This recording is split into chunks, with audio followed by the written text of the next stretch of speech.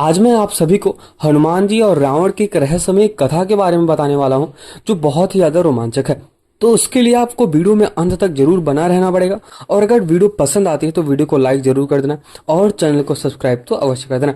ये कथा उस समय की है जब भगवान श्री राम और रावण के बीच महाभयंकर युद्ध चल रहा था। रावण जो स्वयं को सबसे शक्तिशाली मानता था, वहीं अपनी ताकत और अहंकार के कारण अजय समझता रहता था। लेकिन उसकी यही सोच तब बदल गई जब उसका सामना भगवान श्री राम के सबसे बड़े भक्त और महाबली हनुमान से हुआ।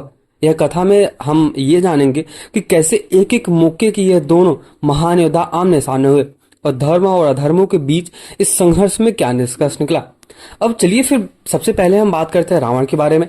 लंका का स्वर्ण महल युद्ध के बारे में जोर जोर से गुज रहा था। रावण अपने दरबार में बैठा हुआ था और अपने सेनापतियों को आदेश दे रहा था कि उनके चेहरे पर एक अजीब सी मुस्कान थी। उसने अपनी सेना को भगवान श्री राम की सेना को खत्म करने का आदेश देता है। इस बीच मेघनाथ ने रावण से कहा कि पिताजी, राम की सेना में एक ऐसा योद्धा है जिसने हमारी सेना को भयंकर नुकसान पहुंचाया है।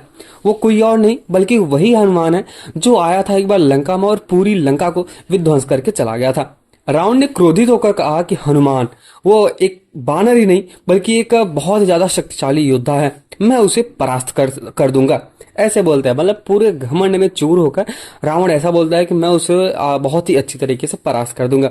अब यहाँ पे हनुमान जी का प्रवेश होता है। रावण ने इस घमंड की जब खबर हनुमान तक पहुंचाई तो श्री रामचंद्र जी के आदेश पर हनुमान जी ने रावण के दरबार में प्रवेश किया। हनुमान जी के आने की आहट से पूरा लंका कांप उठा था, क्योंकि एक बार दर्शन तो अच्छी तरीके से दे ही दिया था, वो भी पूरी लंका को जलाकर। हनुमान जी ने गर्जना करते हुए कहा कि रावण, तेरा घमंड तुझे विनाश की ओर लेके जा रहा है। मैंने तेरी लंका जलाई थी और तेरे घमंड को चूर करने आया हूं अभी।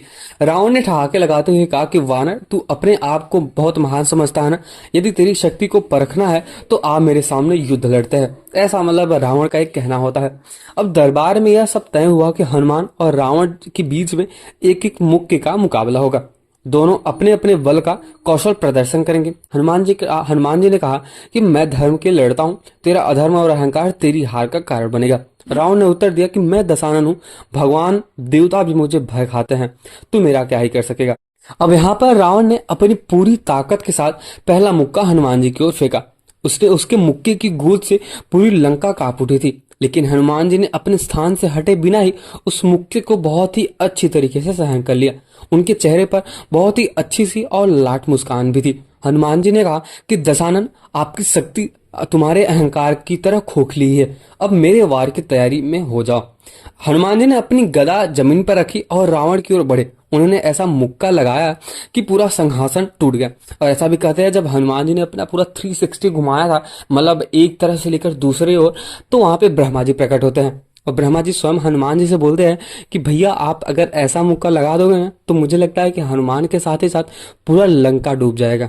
तो इसलिए मेरी रिक्वेस्ट है कि आप अपनी शक्ति का खाली 5% या फिर 10% लगाइए, क्योंकि जब ब्रह्मा जी स्वयं आके बोलते हैं तो हनुमान जी को यहाँ पे सुनना ही पड़ेगा।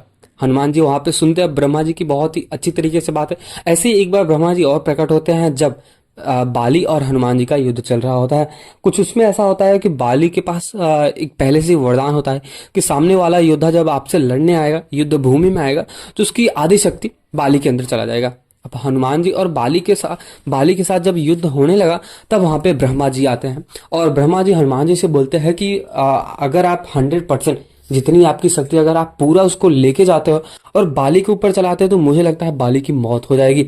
अब यहाँ पे जैसे ही हनुमान जी उस युद्ध भूमि में उतरते हैं और ब्रह्मा जी, उन्होंने पहले ही बोला था कि आप खाली अपनी शक्ति का 10% लेके जाना। अब जैसे ही हनुमान जी उतरते हैं, फिर जब बाली ने उनकी शक्तियों को खींचना शुरू किया, बाली का शरीर पूरा फटने लगा। तब यहाँ पे बाली के सामने स्वयं ब्रह्मा जी आते हैं और बोलते हैं कि आप इनसे अभी भी वक्त है, माफी मांग लो, नहीं तो बहुत ही ज्यादा बुरा हो सकता है तुम्हारे साथ। ठीक वैसे ही ब्रह्मा जी आते हैं यहाँ पे भी हनुमान जी के पास और बोलते हैं कि आपकी अपनी जो शक्ति है उसका 10% ही ले गया है ना, अन्यथा जो रावण है वो पूरा लंका से डूब जाएगा। तो यहाँ पे ब्रह्मा जी जब आते हैं, सब कुछ बताते हैं, तो हनुमान जी अपनी शक्ति का बहुत ही कम अंश लेके जाते हैं ताकि उनको दिक्कत ना हो। और हनुमान जी ने जब एक ही मुक्का मारा, पूरा सिंहासन टूटने लगा और जमीन पर भी गिर पड़ा रावण। रावण को पहली बार अपनी कमजोरी का एहसास हुआ। उसको लगा कि मुझसे भी ज्यादा ताकतवर यहाँ पे पूरे ब्रह्मांड में कोई तो है। हनुमान जी यहाँ पे बोलते हैं ये तो सिर्फ एक चेतावनी थी, और वो भी बहुत ही छोटी तरीके से। धर्म का सम्मान कर और भगवान श्री राम के चरणों में अपना समर्पण कर दो, नहीं तो तुझे अपने प्राणों से हाथ धोना पड़ जाएगा। अब यहाँ पे बात करते हैं, अपमानित रावण भी बहुत ही ज्यादा क्रोधित होकर कहता है, मतलब जब किसी किसी इंसान को या फिर किसी योद्धा को एक मुक्का पड़ता है और वो अपना सिंहासन सहित लेके नीचे गिर जाता है तो क्या ही होगा। तब यहाँ पे बहुत ही ज्यादा अपमानित हो चुका था रावण, और क्रोधित होकर बोलता है कि वानर, तूने मेरे अहंकार को चुनौती दी है, अब मैं तुझे अपने प्रचंड प्रहार से नष्ट कर दूंगा। रावण ने अपनी पूरी शक्ति से एक और मुक्का मारा, जिससे आसमान में बिजली चमक उठी, लेकिन हनुमान जी ने अपने दिव्य बल, जो उनके पास बल था, उससे कुछ भी नहीं हुआ। वह उस प्रहार को भी बहुत ही अच्छी तरीके से उन्होंने रोक लिया। हनुमान जी ने अपने जब दिव्य स्वरूप का स्मरण किया भगवान श्री राम का, और रावण पर एक जोरदार प्रहार वापस से किया। एक मुक्के की ताकत से रावण के 10 सिर छिड़ छिड़ मतलब अलग अलग हो गए। पूरी लंका थरथरा के कांप उठी।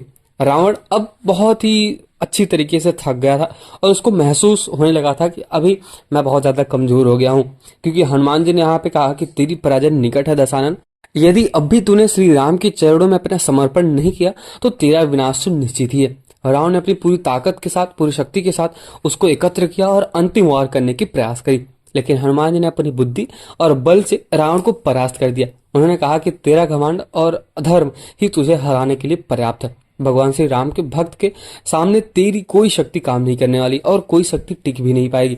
और फिर अपनी हार के बाद रावण ने पहली बार आत्ममंथन किया था। उसने कहा कि रावण, तू केवल एक ऐसा योद्धा नहीं है, बल्कि धर्म का प्रतीक भी है। मुझे अब समझ में आ गया है कि अधर्म का मार्ग अंततः विनाश की ओर लेके जाती है।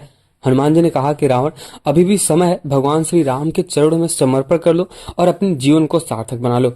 हनुमान जी और रावण की इस अद्भुत मुक्केबाजी का उद्देश्य केवल युद्ध ही नहीं था, बल्कि यह धर्म और अधर्म के बीच के एक संघर्ष का प्रतीक भी है। हनुमान जी ने अपनी पूरी बुद्धि, बल और धर्म के प्रति निष्ठा से यह दिखा दिया कि सच्चा बल वही होता है जो धर्म के मार्ग पर चलता है। तो क्या रावण अपनी शक्ति का दुरुपयोग करने के बजाय धर्म के मार्ग पर चल सकता था? और अगर आपको कुछ और भी लगता है, अगर आपका कुछ राय है, कुछ आपका विचार है, तो आप जरूर शेयर कर सकते हैं। बाकी अगर आपको ये हनुमान जी और रावण के बीच जो मुक्केबाजी हुई, अगर ये आपको पसंद आया तो वीडियो को लाइक तो जरूर कर देना, और चैनल को सब्सक्राइब तो अवश्य कर देना। मैं आपको एक चीज और बताने वाला, जब हनुमान जी लंका में गए थे उस टाइम में बहुत ज्यादा विध्वंस किया था उन्होंने। उनको जब भूख लगी तो जो अशोक वाटिका है उसमें बहुत ही अच्छे अच्छे फल थे। उन्होंने जब शुरू किया खाना, मतलब एक एक चीज उन्होंने खाया, मतलब सब कुछ खाना स्टार्ट कर दिया।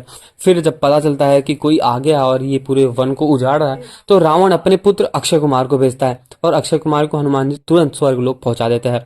फिर रावण अपने बड़े पुत्र मतलब मेघनाथ को भेजता है, और मेघनाथ जो होता है वो ब्रह्मफास्ट जब चलाते हैं, तब हनुमान जी खुद को अपने आप कैद कर लेते हैं और रावण के समक्ष जाते हैं, ताकि उनको पता चल सके कि रावण के पास क्या क्या ऐसी सारी चीजें हैं। वहां पे हनुमान जी देखते हैं कि जो रावण है सारे 9 ग्रहों को बांध के रखा है। तो ये थी रावण की भी कथा। रावण को भी अगर हम कम समझते हैं तो रावण को भी कभी हम कम नहीं समझ सकते हैं।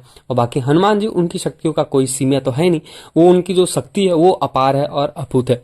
तो अगर आपको ये वीडियो पसंद आया तो वीडियो को लाइक जरूर कर देना, और चैनल को सब्सक्राइब तो अवश्य कर देना। मिलता है किसी और वीडियो में, तब तक के लिए एक बार कमेंट सेक्शन में जय श्री राम और जय बजरंगबली तो जरूर लिख के जाना।